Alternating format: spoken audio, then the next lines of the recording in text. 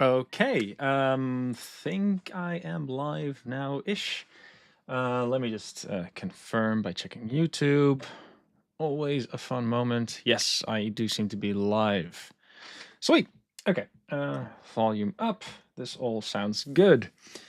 Let's check the time. Yeah, we're good to go. Okay, so people are probably still going to be joining us, etc. But hi, welcome to the live stream this week.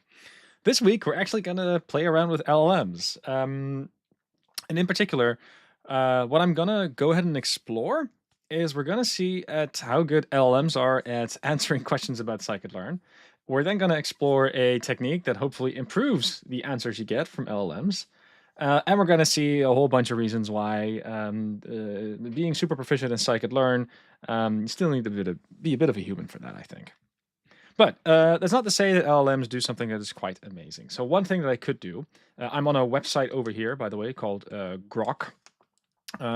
One cool thing about Grok is that it has a very fast inference engine. So what I should be able to do is I should be able to sort of select a model that I like. There's a bunch of the open source models that you can pick. And I'm just going to go ahead and pick Mistral. That's from a French company.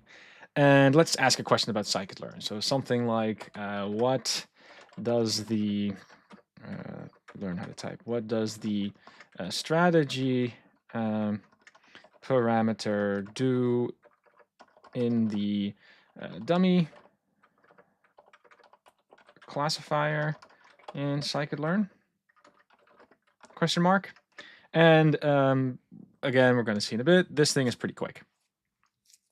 So it was able to answer my question. It gave me a bunch of code as well that I could go ahead and have a look at, but this LLM is pretty quick at giving an answer. And right off the bat, this does kind of feel like we're living in the future a little bit. Like the fact that you're able to ask a general question about scikit-learn, and the fact that an open source model even is able to answer somewhat correctly, that is of course like a small miracle of the AI hype bubble that we're in right now. But let's zoom in on this one. So I'm asking here, what does the strategy parameter do in the dummy classifier in scikit-learn? And it's saying that there are three values that the dummy classifier strategy parameter can take. There's most frequent, there's prior, and there's uniform. And from the top of my mind, that's actually correct.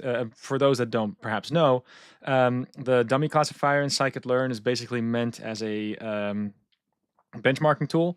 It is not an intelligent classifier whatsoever, but you can say things like, hey, take the most frequent class, predict that all the time, and whatever algorithm you come up with needs to be able to beat that. That's the whole point of the dummy classifier.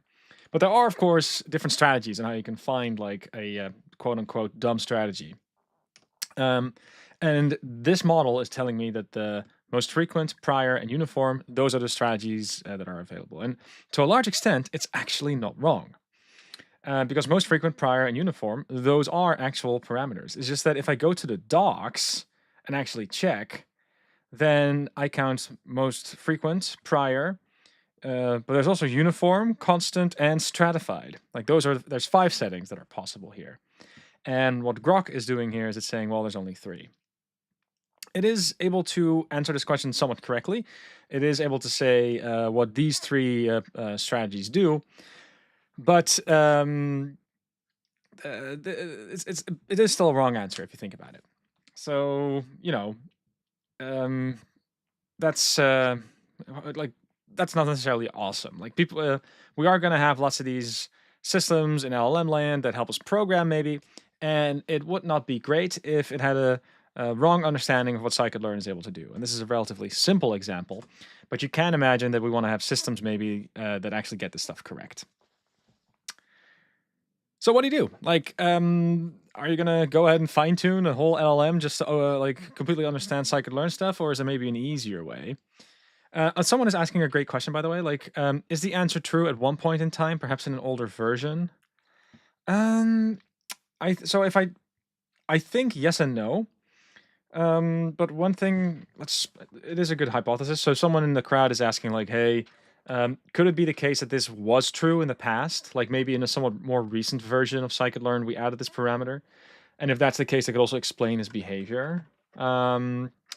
So I am gonna, let's just go to, if I go to scikit-learn here, I can go to a different version.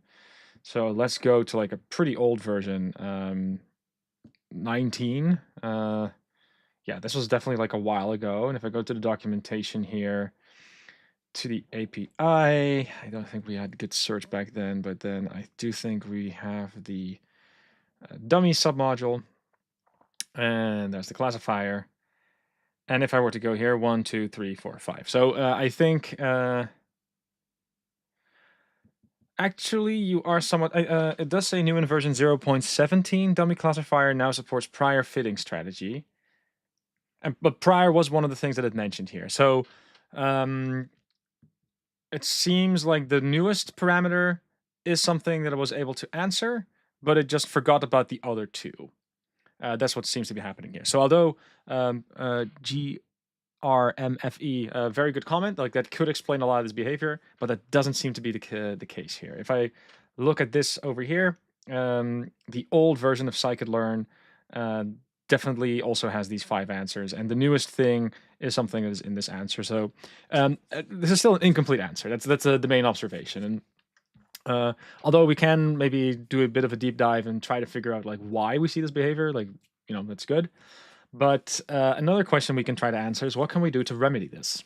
Because you could wonder, well, it would be kind of nice if we didn't have to retrain a whole LLM for this task.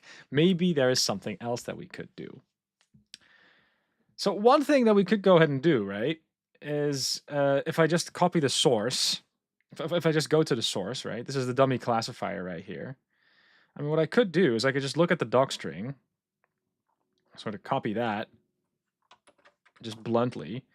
I could go back to my LLM here and I could say, this is the docstring for a dummy classifier. And then just dunk that whole thing in. And then ask the question, what are the parameters for the, what are the,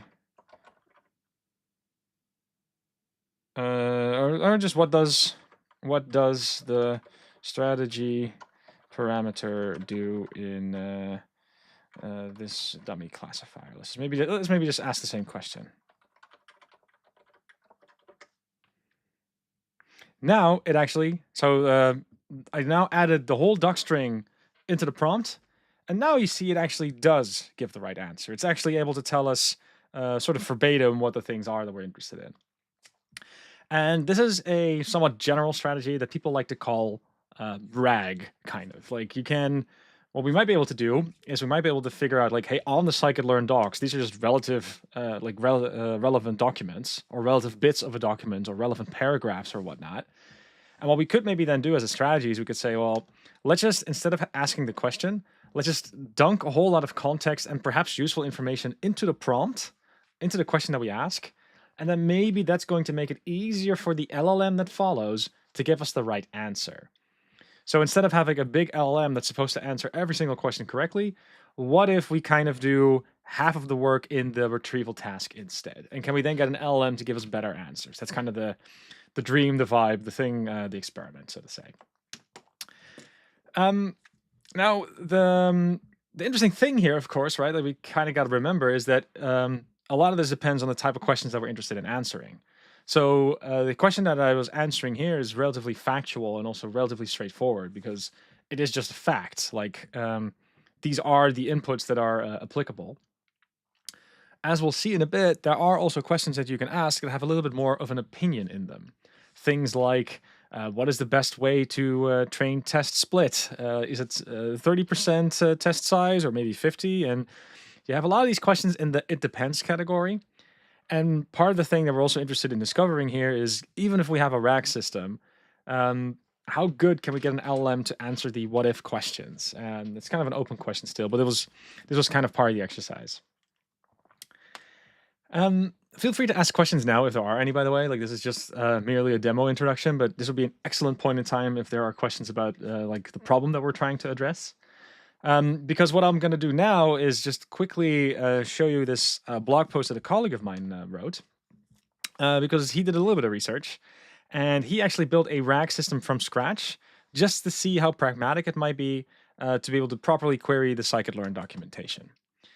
And the main motivation here is we've got a search bar that's not necessarily perfect. One thing that I could do if I just take this question over here, and if I just go to the scikit-learn docs,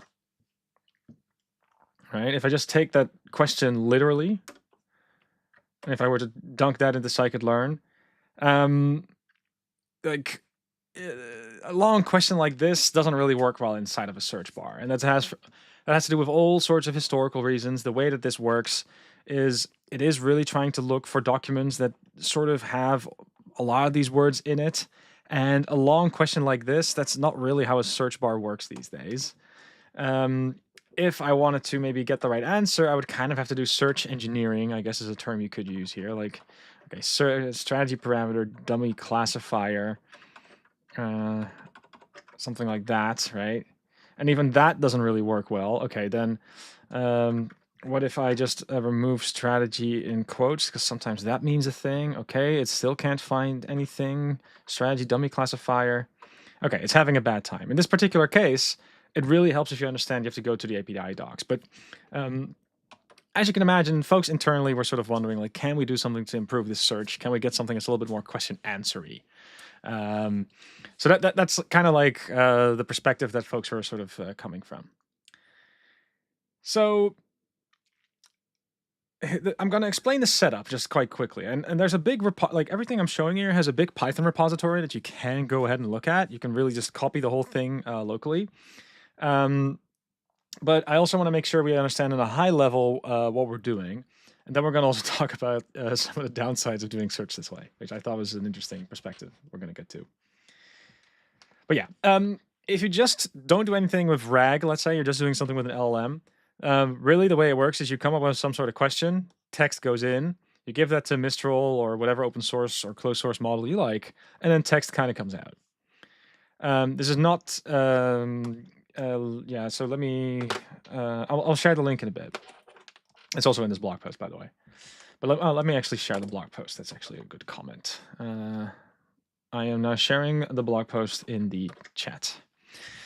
But there's a few downsides of doing it this way. Like that's maybe a good observation to start with. And the main sort of thing that we care about in scikit-learn land, we do want to be able to ensure that it's correct.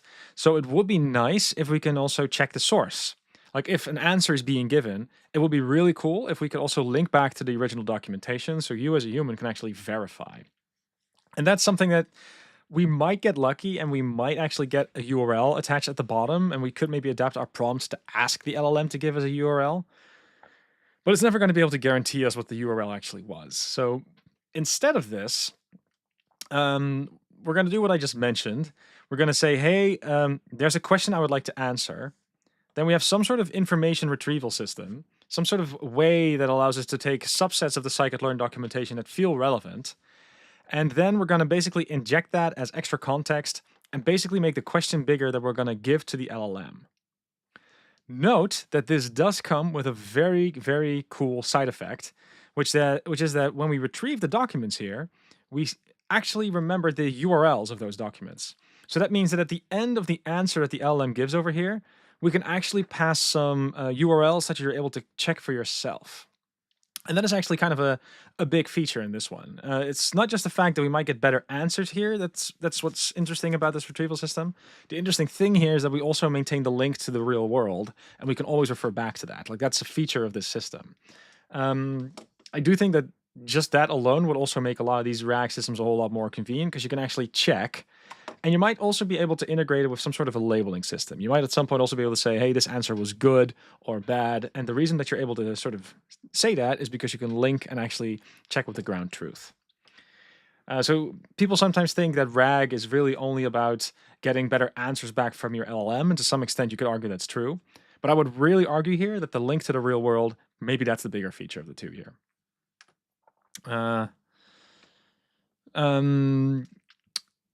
Someone is asking, will it be like Perplexity? I've never really used Perplexity just yet, but we're going to see a demo in a bit. But okay, if you are going to be doing this, right? We have to talk about we kind of have to talk about like how do you do this information retrieval, if you will. And to explain the tricky bits there, let's just go back to the scikit-learn documentation again. And let's go to the dummy classifier one more time. Oh, dummy classifier. One thing that we could do is we could say, well, everything that's listed in here, that's just raw text. We're going to put the entire document, and we're going to be able to search on that. But you do get into this awkward bit where, okay, maybe this can be seen as kind of the description of what the estimator does. And maybe this can be seen as something that's very specific, like a very specific input parameter, let's say. And, oh, by the way, this is actually kind of a long document. It is like a really long one. And especially when you have documents like this user score over here, there's also like inherent structure. We have blocks of code over here, let's say. And I would argue that code is perhaps not the same value as text that's above, let's say. So what is typical, and it's also what my colleague did, is they started thinking about like, okay, how do you actually maybe reason about this information retrieval task? And one way of thinking about it is that you're going to chunk it up. What you can do is you can say, well, let's take paragraphs, let's say. So this is maybe a block. This is maybe a separate block. We've got another block, let's say, down below over here. And instead of encoding this entire big document, we're just going to cut that down. And you can take paragraphs, you can take like a sequence of sentences, you can do sliding windows. But the point here is that we're going to build up an index. And yes, the index will always keep the URL in mind, but we're not going to take the entire document and turn it into some sort of index. We're going to split that up into separate chunks. The benefit of this is that you can then also more easily use neural search. If you're using embedding tools, then those embedding tools are usually great. But once you start giving them big, large chunks of text, it's kind of like mixing too many colors. At some point, it becomes kind of beige. And something like that is also happening with embedding technology in a way. So one benefit is that we get bits of text that are kind of nice and specific. But an extra benefit is that if we want to do neural search, that doing so will also give us slightly better embeddings. That might also help us search a bit more. So that's basically what this diagram tries to explain as well. So we have some sort of page on the site. There's, let's say, chunk 1, then there's chunk 2, and then there's maybe chunk 3. But it's kind of like a sliding window of paragraphs and basically blocks of text. That's we're not going to do the entire page. We're going to do it in blocks, but we're still able to point to the original document if we do this. So there are a couple of interesting points here about the way you do chunking, and there's all sorts of ways that you could do the retrieval. You can do classic TF-IDF, which is basically like Google search. You can do the neural search. There's all sorts of like details there.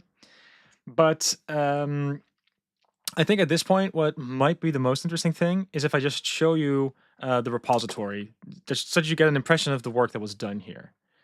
Let me just pull up VS Code quickly first. This is what the repo looks like. It's a pretty big repo, actually. It was a fair amount of work. But the way this repository works is there's basically these scikit-learn. Actually, yeah. The way that it basically works is we have some tools that help with scraping, because the first thing we've got to do is like bring in the scikit-learn documentation. Then we have some tools for retrieval. So there's this object that represents a semantic retriever. So this is like the k nearest neighbor thing. It's built on top of Facebook's approximate nearest neighbor vector search tool.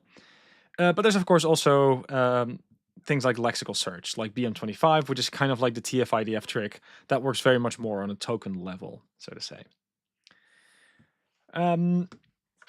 Another thing that's interesting to know about this project, it is called RaggerDuck. And if you go to the probable GitHub repository, you are going to find this open source project called scikit-learn RaggerDuck. So if you're interested in, let me copy this. If you're interested in running this yourself on your own machine or on a cloud device, you definitely can. And this project also comes with pretty elaborate documentation. One thing you'll notice is that the docs also have a pretty elaborate startup guide because there are multiple steps involved. The author has chosen to use Pixie. So one thing that should help with is it should allow you to say, oh, I'm interested in running RAG on a CPU. Please go ahead and install all the CPU dependencies, and it's able to follow a track for that. I tried getting this to work on a GPU device in the cloud, and I was unable to get it to work in a few hours. So I basically resorted to using my my MacBook for all of this. But if you are interested in also reading more details, I'm not going to go through everything, unfortunately, because we don't have the time. But know that there is a proper like GitHub repository for this. The way it works is you download some things, you download the scikit-learn docs, you then build an index, and then you download a big LLM. In my case, I went for Mistral. And then you're able to launch a service locally that looks a little bit like this. This is the Ragged Duck app, and you can put in some prompt over here. What you're then also able to do is you're able to say, hey, let's enable retrieval augmented generation. And there's also some hyperparameters that you can change around. So I can say, hey, just have the LLM answer this question to me, or you can say something like, hey, let's actually enable the index to also give us information that can be added to the prompt. I'm going to refresh this page just for good measure, but it's up. And one thing I could do here is maybe ask ask some sort of interesting question like the one that I had here. Like, what does the strategy parameter do in a dummy classifier in scikit-learn? And I'm going to do it without retrieval augmented generation first. Now, before I actually hit this button, something interesting is about to happen. The moment that I click that button, my M1 Mac needs to do a whole lot of compute because it's still going to run something over an LLM, and that's basically going to take all of my CPUs basically for this one task. What I've never really done before is tried doing that while also live streaming. The thing with a live stream is that a live stream also needs my CPU in order to remain active. So it could very well be the case that everyone that's currently watching is going to experience a significant amount of lag for a bit as I'm trying to get the answer out for this question. So if you could bear with me for just a bit there, this is the shell that's going to output some logs. So the moment that I push the button, we should see some logs appear here as we wait, because this is still kind of slow. Strategy, let's also do the correct spelling. But I'm just going to hit the make me quack button over here. Let's maybe turn that maximum down a bit. That might speed things up. But yeah, I'm going to hit make me quack. It's going to do thinking. And you can see in the logs that some sort of prompt has been generated. The prompt says you are a scikit-learn expert that should be able to answer machine learning questions. Answer to the query, be succinct, make sure you use backticks to refer to class, function, etc. What does the strategy parameter do? And just for fun, I'm also running htop on another display over here, and you can see as I pull it in, the CPUs are definitely firing on all cylinders at this point. So I still don't have an answer yet. Like this is literally taking like maybe a minute. We'll see when we actually get something back, but oh, it's actually generating something now, so that's good. But you can see that it's generating something, but it's relatively slow. You do also see that it's giving me the wrong answer. So it's telling me that there are two options here, strategic and constant. That those are the only two options out there. This is very similar to what we saw before. One thing that I think was also just kind of cute and interesting, you can actually see it try to generate some code over here, but it's also rendering the markdown. And because there's no, like, we have 3 backticks in the beginning and then 3 backticks at the end. But since the backticks at the end aren't made yet, it sees a bang over here, which is going to assume to be like a heading. So we're going to see in a bit that all of this changes into a neat little code block. But you can see, you get a pretty good impression of just how much compute this needs. I have an M1 machine that's not necessarily a slow CPU or anything, but generating a single answer here, it might just well take a minute, right? I'm going to let it go for just a bit further, but you can also see over here, like, yeah, so drawing is a little bit laggy, but it has some tokens, and yeah, it's slowly but surely it's generating things. And you can also see now that it's properly generating some things over here, like we've got some code, but all that doesn't matter. In the end, you could argue, hey, the answer here is just kind of wrong. There's not 2 options here. There's 5, so that's not necessarily great. What I can do now, though, is I can say let's also enable retrieval augmented generation, and that's going to actually use the index to try and find like, hey, let's turn it into an embedding. Let's find the right documents, and then let's see if we get different answers. But okay, so far so good. This should take even more compute. So I'm going to hit make me quack now, and I'm also just going to go here. So yeah, so you can see that some of the retrieval stuff is working now. Doing the semantic search took a few seconds. So that's still going. That's still going. No, nothing is being shown here just yet because all this retrieval stuff. I'm surprised it's this slow, actually. It should be a bit quicker. But there you go. You can now see that's generated the full prompt. I'm just quickly going to be scrolling up now, but you can see that like big chunks of the docs, like we have that prompt over here. What does a strategy parameter do in a dummy classifier of scikit-learn? And then we do see that there's a source being mentioned here and there's content. So this question over here, it matches the API description very, very, very well. So that's now being injected as part of the prompt. And that's also going to be used to influence what is going to be answered. So if I were to go back now, it's still taking a while before actually giving me an answer, but there we go. The strategy parameter in the dummy classifier of scikit-learn determines the method used to generate predictions, which ignore the input features. The available strategies are most frequent, prior, stratified, and uniform. Each strategy, different behavior. Okay, so I would say the answer is better, but it still feels like it's missed one. Let's go back, API. Actually, I saw it over there, dummy classifier. We had 5, right? Did I misremember? 1, 2, 3, 4, 5. The answer that I have over here, so it's saying most frequent, prior, stratified, and uniform, and it forgot about the constant setting in this particular case. One thing you do see, and I do want to maybe just brag about the fact that that's actually definitely a feature. One thing you do see is I do get these contextual sources, so I should be able to dive in here. Oh, and I think I see what's going wrong. That's actually interesting. It's got these two sources, right? So it's got the dummy classifier as a source. That has 5 settings. But as part of the retrieval process, it also retrieved the dummy regressor. And that has 4. So I can imagine that that might have been confusing to it. This is the retrieval aspect that's not doing its job. The retriever has basically figured out, some sort of strategy parameter and something with dummy. Maybe this dummy regressor is also a document that really matters. I'm just gonna go and see this what's new thing that is also added. Is there some sort of mention of the dummy classifier? Yeah, okay. So it was also able to look at some of the release notes to find information about the classifier, but there you go. One thing that I think is interesting here, which is a general sort of theme, by doing RAG, you also kind of introduce two interesting problems. Like one problem suddenly is, do I have an LLM that's able to nicely summarize the context that I give it? And modern LLMs are kind of good at that, so I wouldn't say that's a solved problem, but you know, you can kind of do something interesting with that.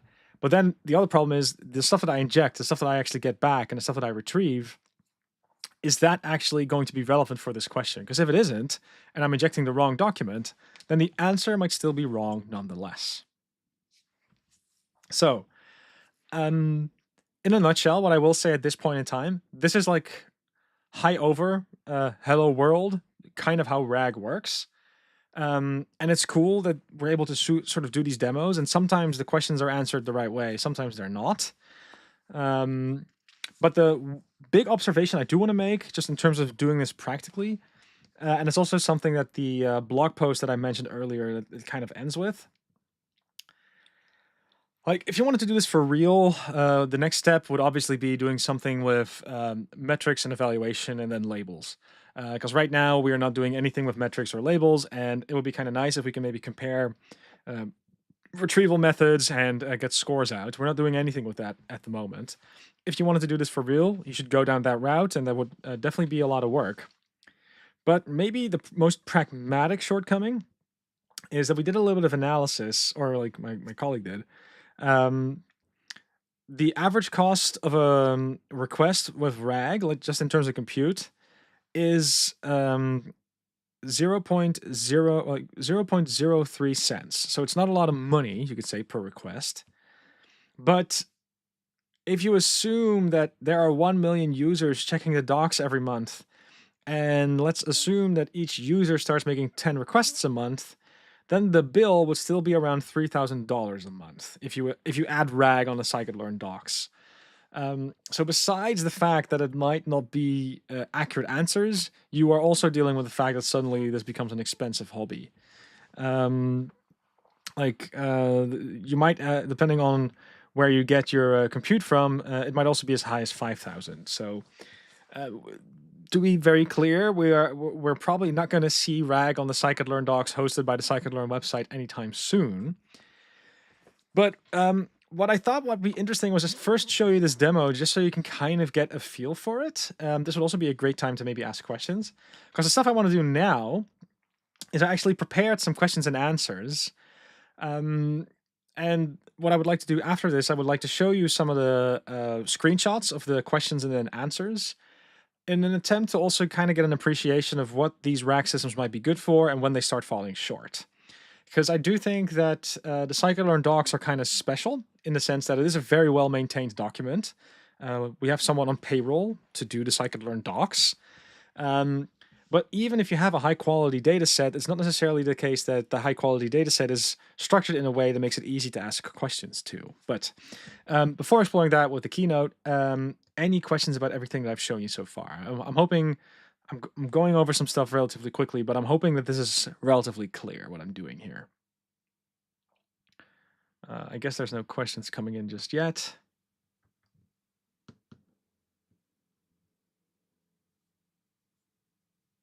All right, so I think we're good on that front. I'm gonna open up Keynote, and I'm just gonna sort of pull that in, and we're just gonna enjoy a few slides that I've prepped. Let's make this full screen. This format thing on the side can kind of go away, and we're just gonna start at the top. So yesterday I was sort of did Guillaume use LangChain, by the way? I think he didn't. I think he really did everything from scratch. In this particular case, I do want to mention that the from scratch part is a great idea if you're actually interested in understanding the moving parts. Maybe if something like LangChain was used, it could have been made a bit quicker. There are also tools like continue.dev that might have helped here. But my impression is, and I will ask Guillaume.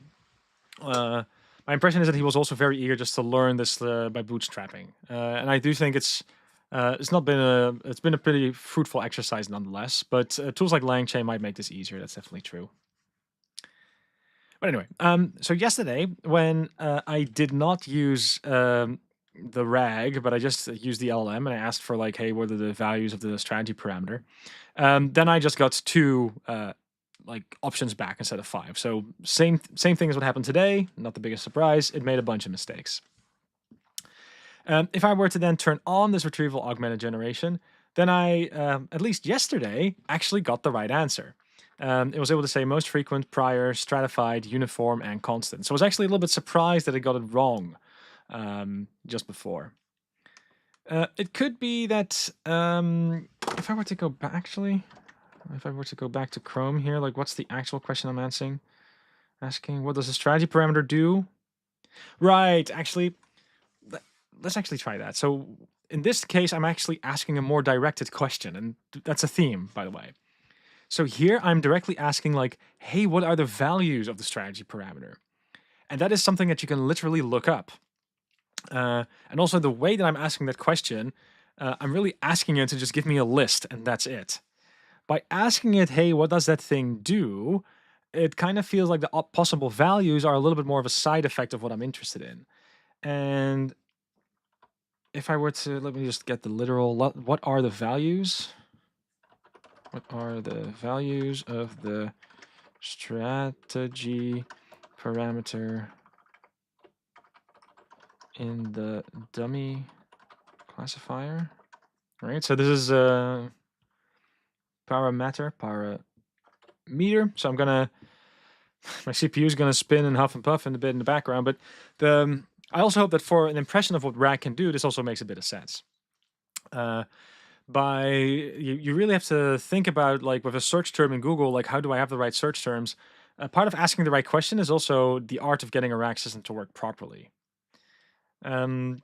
So we're going to see in a moment what answer comes out, but at some point I figured let's ask a little bit more it depends kinds of questions. So the question I was asking with the system was, hey, what are some good plugins for scikit-learn if I'm interested in exploring more pipeline components for industry use cases? The reason why I was asking this question is because I'm aware of this one page on the scikit-learn docs. Like, you can go to more over here, and then you can go to related projects. And there's this one page where there's just lots of related projects that hook into scikit-learn, do things similar to scikit-learn, that play nice with scikit-learn, and they all kind of have their own little domain. But part of me was wondering, like, hey, can the retrieval system A find this page, and then 2, can the LLM figure out which things to pluck out? And yes, as people in the chat are well aware, I was of course hoping that by asking this question, we will get scikit-lego as a response. The reason, by the way, that I'm hoping to get scikit-lego here is not just because I made that. I mean, that's cool, but the keyword that I figured I might throw in there is industry. The description here is that we're focusing on solving practical industry tasks. So part of me is kind of hoping that the term industry here, that's going to be sort of a key term that both the retrieval system will pick up and then also hopefully the LLM. Here's the answer that it came up with. Like, based on the provided source and contextual information, some good plugins on related projects are scikit-learn pandas, scikit-optimize, scops, scikit-learn to PMML, and scikit-learn onks. So one thing that I PMML, right? So this is not hallucinated. I actually got this right there. And like, if I look at like the vibe here that I do kind of get, we get like the last 3 libraries over here. Those 3 libraries are all about deployment. Like, there is a plugin for the onks framework for scikit-learn. Scops is all about like better pickles and people in a bunch of languages. So the interesting thing here is that by mentioning industry use cases here, we actually see that it might be focusing on deployment for a bit.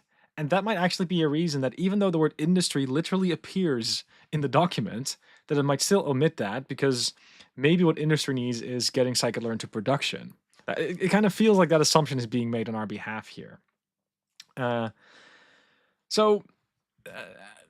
Okay, suppose I wanted to quote-unquote fix this. How might you do it? Well, this is just turning into a big labeling problem, I think. What you're basically going to want to do if you actually want to train a system like this is, first you're going to think about the retrieval system and then about the LLM. And for the retrieval system, you are basically going to have to do a lot of these queries, and then you're going to get a bunch of documents back.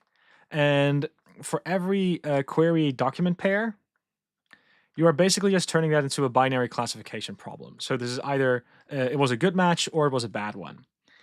And really, the only way I think you're going to get here initially is by doing a little bit of labeling. And there's tricks to sort of help you with that. But the reason I bring this up is because I have a hunch that that's also kind of what went wrong here. I'm pretty confident that elements from this page found their way into this document, right? But it definitely feels like this page made an appearance.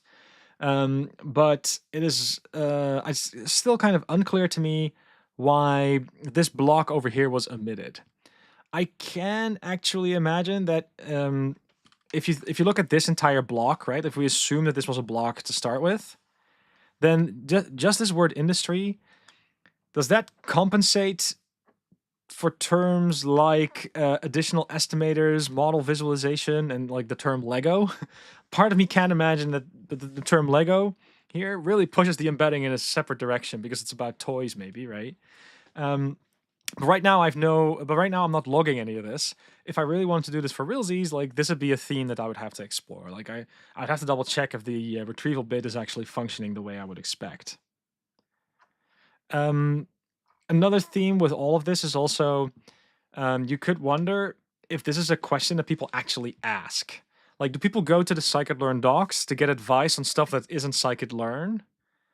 If the answer to that is no, and I think it is, like, I think that's accurate. I don't think people go to the scikit-learn docs to learn about other projects. Then you can, of course, also wonder, well, do questions like this really matter? Or should we focus in on questions that people would actually ask? So if you want to do that, a thing that would really help is if you have the logs of the actual searches that people do online. To my knowledge, we don't keep track of that. But that could also be like if you're interested in doing RAG, that could also be an interesting vector, so to say. It's cool to be able to ask any question, but you'd probably focus on the questions that are being asked most. I'm just gonna go back to the Ragger duck to see if it.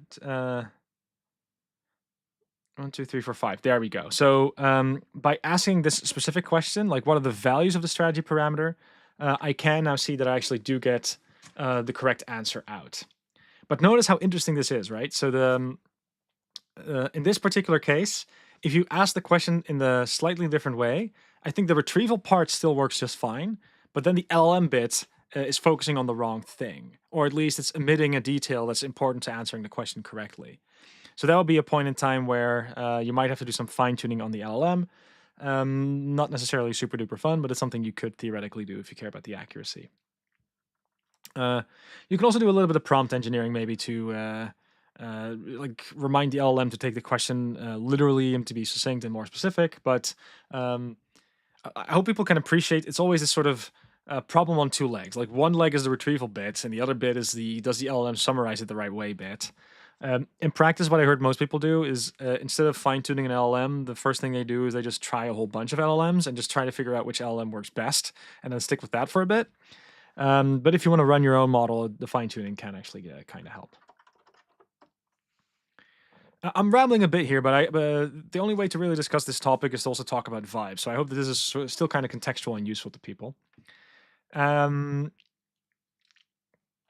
was, I think, my favorite question was, I think, at the end that I kind of want to mention. Yeah, so this was a really, really cool one. So inside of scikit-learn, what I can say, like there is some tracking in a sense of we track which pages are popular. And I learned recently that the most popular scikit-learn docs page is the train test split documentation function. Let me just go to that. So the train test split. There's this one API. There we go. So there's this API thing over here about the train test split. This is by far the most popular page of the entire project. And the reason is very simple. If you go to the usage section over here, people always use train test split on their X and Y data set, and then they forget the order in which it comes out. First, all the X stuff comes out, then all the Y stuff comes out. So the order is X train, X test, Y train, Y test. Like that's the actual output of the train test split function. If you put your X and Y in, this is basically what it does. That order is something that people find hard to remember because they think, oh, maybe it's like X train, Y train, then X test, and then Y test. That's not the case. It is first all the X things, then all the Y things. So I thought, okay, if that is the most popular page on the scikit-learn docs, like would it be able to get like the answer right over there? So I asked it the question, like, in what order does the output of the train test split appear? And what I'm sort of, I'm not being super explicit here, but what I'm hoping is that it's able to answer me something like, okay, it's X train, X test, Y train, Y test, something along those lines. And here's the answer that it gave me. The output of train test split is a list containing two elements. The first element is the training data set, and the second element is the testing data set. Therefore, the order of the output is training data set, testing data set. And the first time that I saw this, and by the way, like there's these sources, right? And you can definitely see that document I just opened up on the page. That's definitely open. That is the thing that it used to give this answer. But you do kind of go like, hey, hang on, this answer feels kind of wrong. Because the typical output, you put your X and Y in, there's 4 outputs, not 2. So what is up with that? And this is one of those moments where the answer was actually technically correct. Because the train test split, if you actually look at the implementation of the function, you can add any number of arrays you want in here. It's not just one array that you can sort of pass in. you can give as many as you like. And I was just not aware of that. Most of the time that I've seen this thing being used, X goes in, comma, Y goes in, and that's about it. But what you could also do here is you could also go ahead and say, well, maybe there are sample weights that should go in here as well. And we've got sample weights for stratification. You might also have groups that go in here. That's also something you might do. And if you're doing test train splitting the right way, of course, you should also split all of those arrays. So in the base behavior, you always have to give one array that goes in. That's the minimum. But you can also put as many as you like. And I was initially of the impression, oh, it's just X, Y. So my understanding was actually incorrect, and the LLM helped me understand it. If a single thing goes in here, there's only two outputs. If multiple things go in here, you get multiple outputs. And that, I do think, is a bit of a flaw here, because that extra bit of context, which would have been super relevant, that's not being given in here.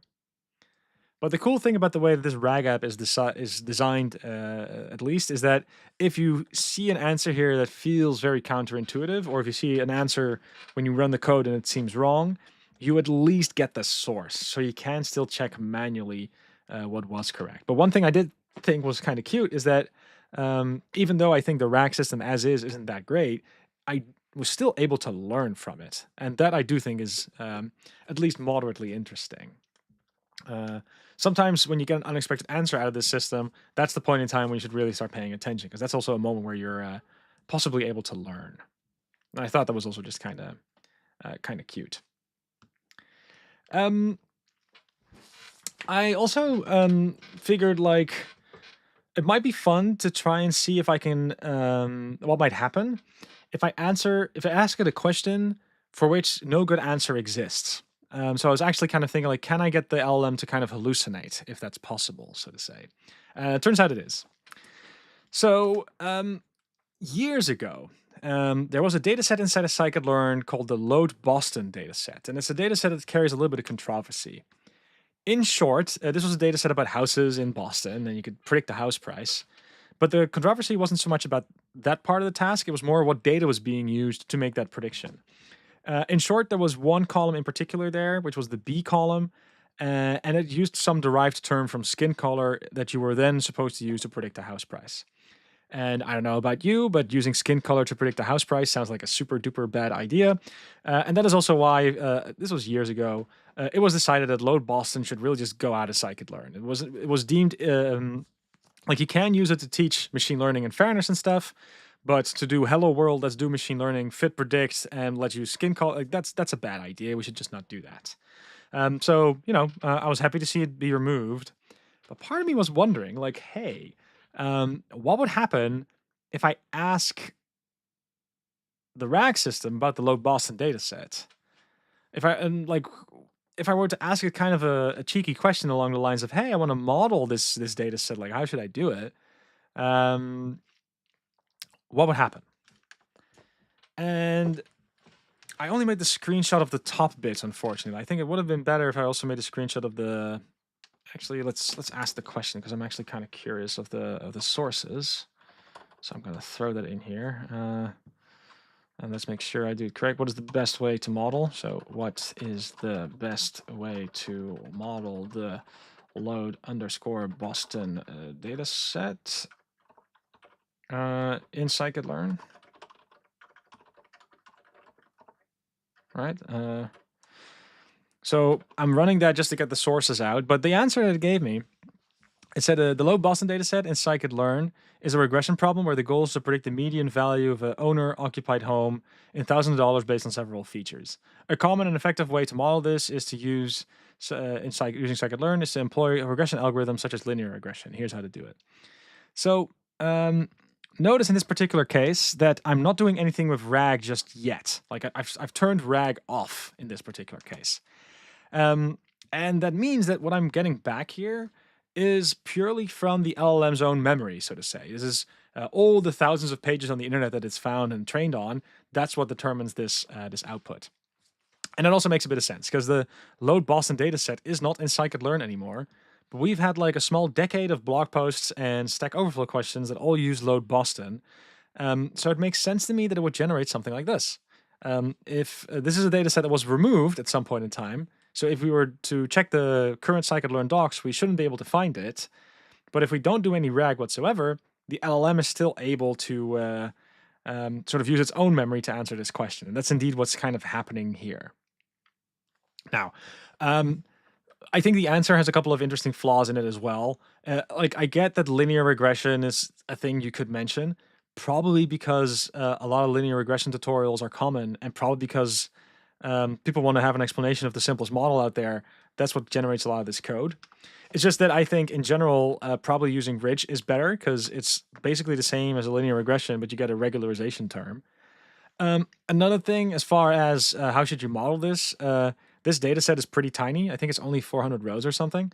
If I were to talk about like how should you model something, the data set size is definitely something I would like to maybe include, and that's also being completely omitted here.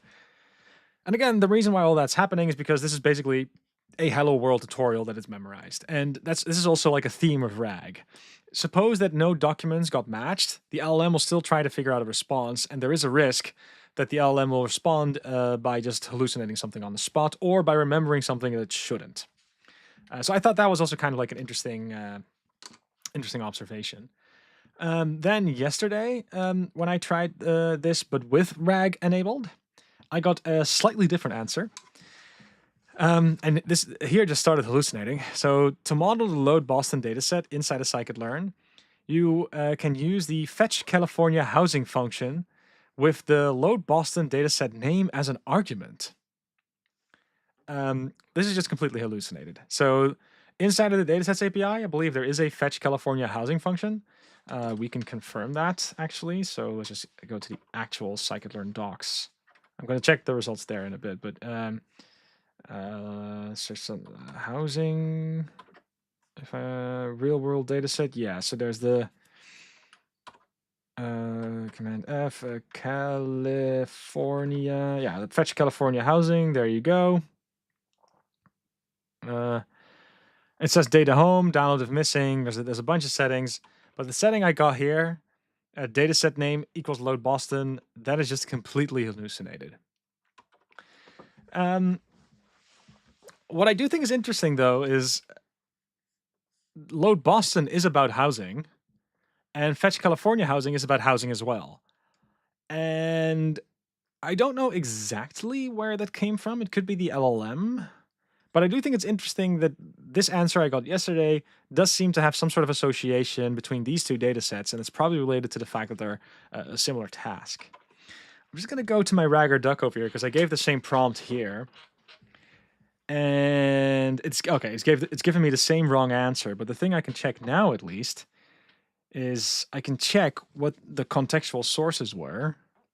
It is good for debugging this, by the way. Like having these sources here to help debug is great. And it does seem to have the FAQ section over here. What does it say there? Does it have anything on the load Boston? Yeah, okay. So it has this one question about loading data sets, so that might make sense. All right, fair enough. This is the general page that tells you stuff about, hey, what data sets are available. So, okay, fair enough on that one. If I had to guess, I would say that this is partially something that the LLM is doing. So it's probably remembering from its own memory that load Boston is a thing about housing, and then it's associating that with, oh, there's these documents that are also about housing. Or probably that should be mixed together somehow. If I were to, what I'm now going to do is, does scikit-learn offer a data set called load Boston? Let's see what this gives. But I would, but hopefully, like what I'm getting at here, and I hope that's also the vibe that people are getting.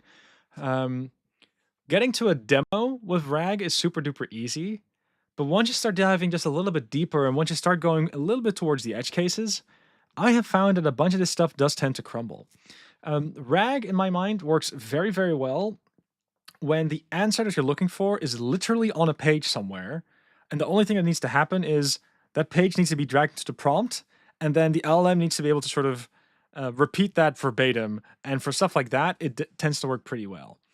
And to be very clear, that is still like a useful use case, right? Like there's a bunch of these questions that people need answers to. And sometimes those questions are literally in a document somewhere. It's just finding the right document and finding the right quote. That's the hard bit. And then I can imagine for those specific kinds of questions, a system like this could very well work, especially if there's contextual sources that you can link to. But the moment you start asking questions like, hey, what is the best way to model, which kind of requires knowledge about all the estimators out there and like also some knowledge that isn't written down in the scikit-learn documentation. Like there are some guides that talk about methodology, um, but it's not like all the things that went wrong with methodology are listed there, or cautionary tales are also not listed there.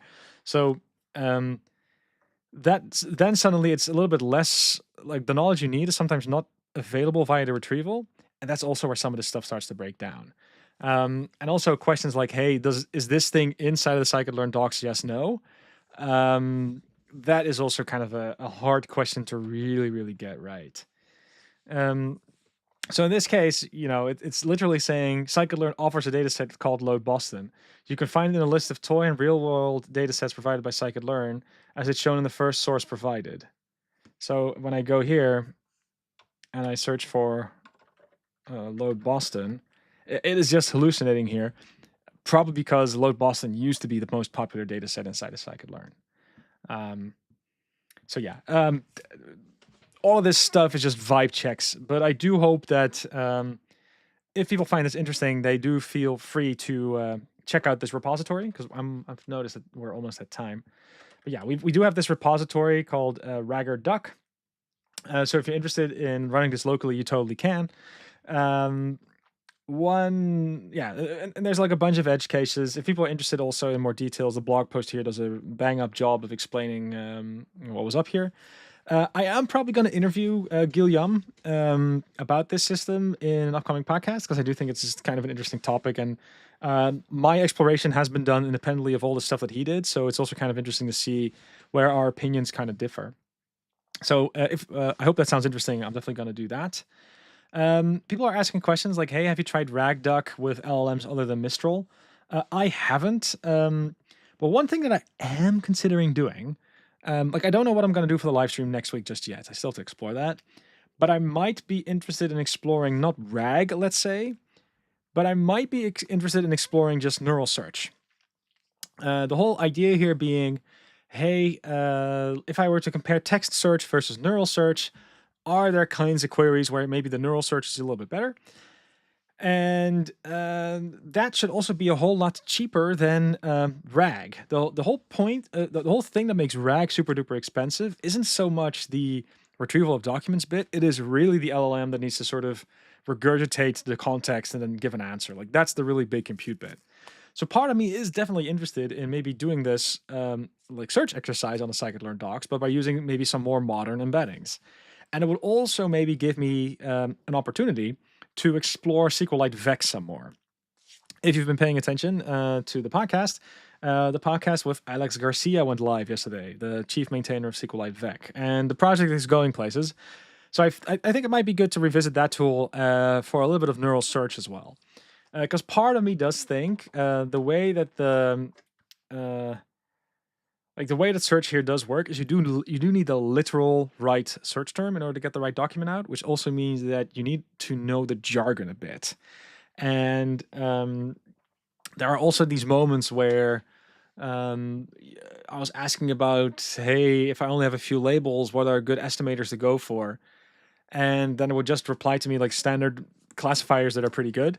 But the key term here would have been semi-supervised learning models. And like it does feel that maybe it will be cool if we can come up with some sort of way that the end user isn't required to know so much machine learning jargon in order to find the document that he or she really, really does need. And maybe neural search can help with that. So that's something I might be exploring. There's also this new tool called continue.dev that I might have a look at. And there's also this this is also something I should mention. There we go. So this is a project called Hazardous that's all about survival analysis using gradient boosting. And part of me also wants to explore this a little bit because it does feel like there's just so many interesting industry use cases for this. So that is definitely also like on the horizon. Don't know for sure. My wife's texting me. Should be good. But yeah, those are things that I am that are on my mind, on my roadmap. If people want to talk to me about any of this stuff, by the way, like come to our Discord. You can influence me in what direction I go. So yeah, come check out the Discord if you haven't already. A final thing that I shouldn't forget to mention: I can't do any like actual announcements just yet. That's something my colleague will do. But something is telling me that next week, if you go to our Discord, we are gonna start announcing something around certification. There might be a official certification thing for scikit-learn thing. If that is something you're interested in and you aren't on our Discord yet, this would be an excellent reason to join as well. There are also going to be some other announcements soon. The way we're going to go about it is that we're first going to prefer to do the announcement first in our own little Discord channel before putting it out on our socials. Also, because we like to have a little, community that gets to have the first good bits. But yeah, hopefully this was interesting. I'm just gonna make sure I, yeah. So this ragged duck thing. Let's just ask that. Let's just put that in here as well in case I haven't done it already. I think I shared the link already. Yeah, so I think the links are all shared. I think this is all. I hope that people thought it was interesting. Like I did get a renewed appreciation of how RAG works by just doing this exercise. Yeah, I think it was a pretty good live stream. If people have questions, find me on Discord. If people want me to ask like separate questions to this RAG thing, also just let me know. But in short, I do think this RAG thing might the idea behind RAG. It might go places. That's fine. Practically, though, it is no free lunch in sense of I want to ask any scikit-learn question ever. Can I do that by just looking at the scikit-learn docs? Well, not yet. I mean, there's all sorts of reasons why that system doesn't work just yet. Cool. So I'm going to hit pause and I'm going to go downstairs to grab me a sandwich. Once again, everyone, thanks for tuning in, and I will see you again next week. Have a good one.